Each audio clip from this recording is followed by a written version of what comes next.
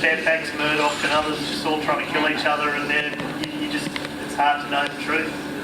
I can only agree, but that's why you can look around them as well as through them. Yeah. Oh, thank you. So I'm conscious there were three up the back, and then I promised Ian, and then we'll come over here.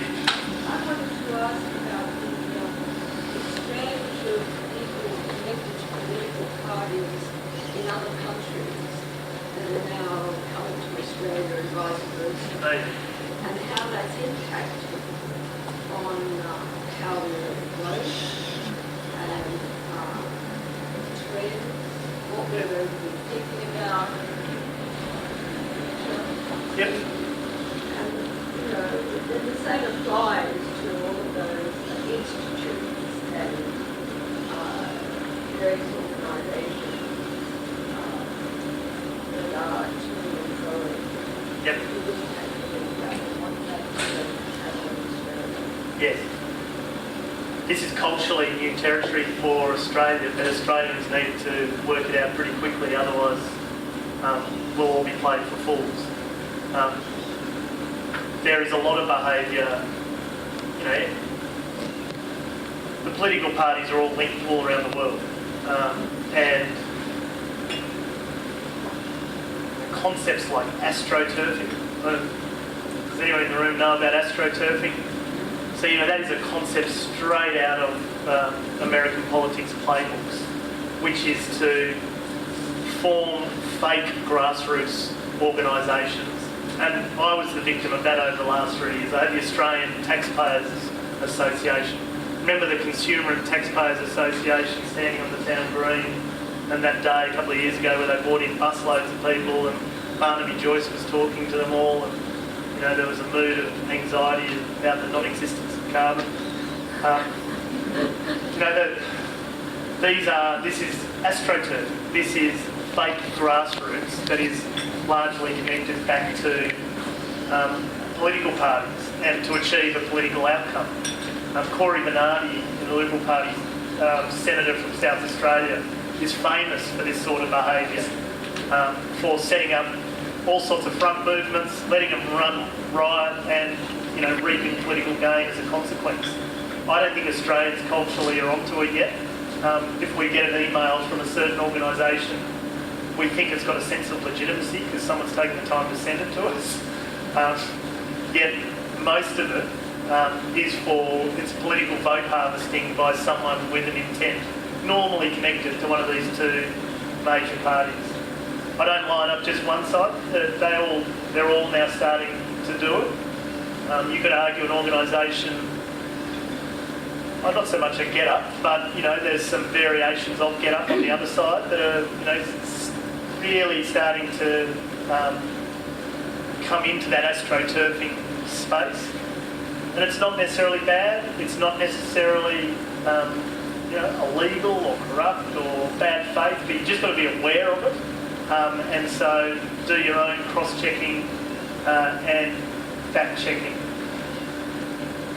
There's political donations and links all around the world with political donations. We still aren't clean in Australia on international donations to Australian campaigns. There's networks that if you're a Googler, Google Koshtopus, which is,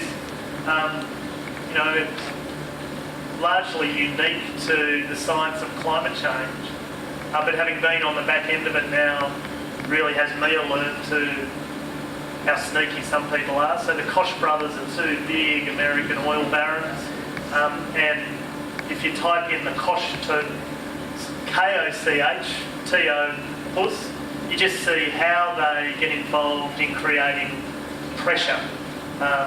They set up independent think tanks, they do astroturfing, they fund guest speakers to be experts from their particular angle. And I think we've had a bit of that going on over the last 3 years in Australia. Lord Monckton didn't just come out here on his own. The Institute for Public Affairs, we still don't know where he gets his funding from. So I think, again, just being aware of some of those games, and normally all roads lead to largely half a dozen people who can afford to play these games. It's just being aware of it, fact-checking against it and not being fooled by it. And culturally, part of the perfect storm of the last 3 years is I think some of these tricks have been played harder than they've been played before, and too many people have been caught thinking it's legit when it's not. Rob, just as an example of the vitriol that seems to exist in this town, on a trading ute downstairs, if the answer is Gillard, how stupid is the question? That's it. Where's that? It's on a trading ute downstairs on the back of stick. Okay. Would you like to make a comment about that degree of vitriol? Look, I've been in politics for 17 years, and I think they just changed the name on that sticker. I think I've seen the same for Howard, I've seen the same for Keating. Well, you know, I think the level of vitriol that's different this time is not so much some of those I've seen them all before one-liners. I think it's some of the more personal commentary. Some of those emails around, you know, Kentucky Fried Chicken. I think they reflect some of what we've all heard, and to some degree, we all collectively didn't stand out a lot earlier than before it was allowed to run more than what it did. So politics is always going to be, it's going to be rough and tumble always. I'm just very much in the camp of when it gets really lowbrow, that's when, you know, that doesn't contribute anything for the future of our country. And I think we saw too much of that over the last 3 years. Too much acceptance.